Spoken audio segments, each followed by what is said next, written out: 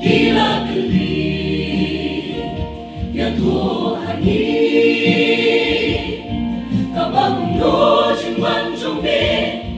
kabaway no trong ta bertay para sembran ang lingmo abalay Jisu kulaya Tuhan sumar patong syukur yapi nuri gendong laga jingen hagag Pdeng o Christian ta ya kipriyo ban pen bakla tuyay ne hau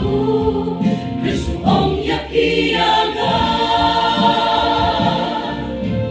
din sa Diyos kong siya pangkit pa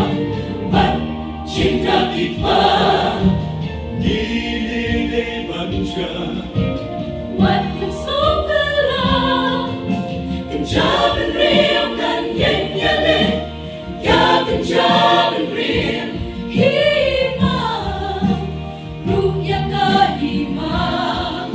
ladap ya tulang pa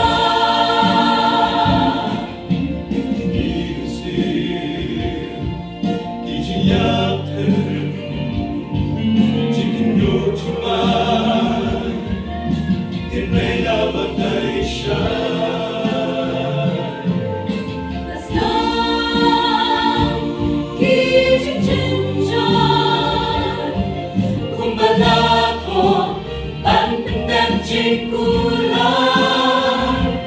chính bên chi công chính bên nhau chính bi shi ki chính Giêsu ki Kristo berkin mi ken syukur ya syukur hakmi kabakot chính wan utrai shen kan lo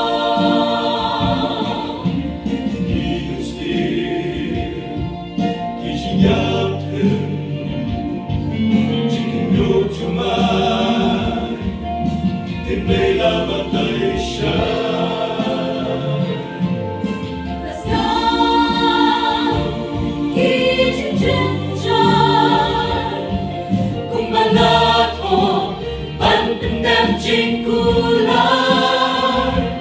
chính bên chi công chính bên nhau chính bi shi ki chính Giêsu ki Kristo berkin mi ken syukur ya syukur hakmi kabakot chính wan utrai shen kan lo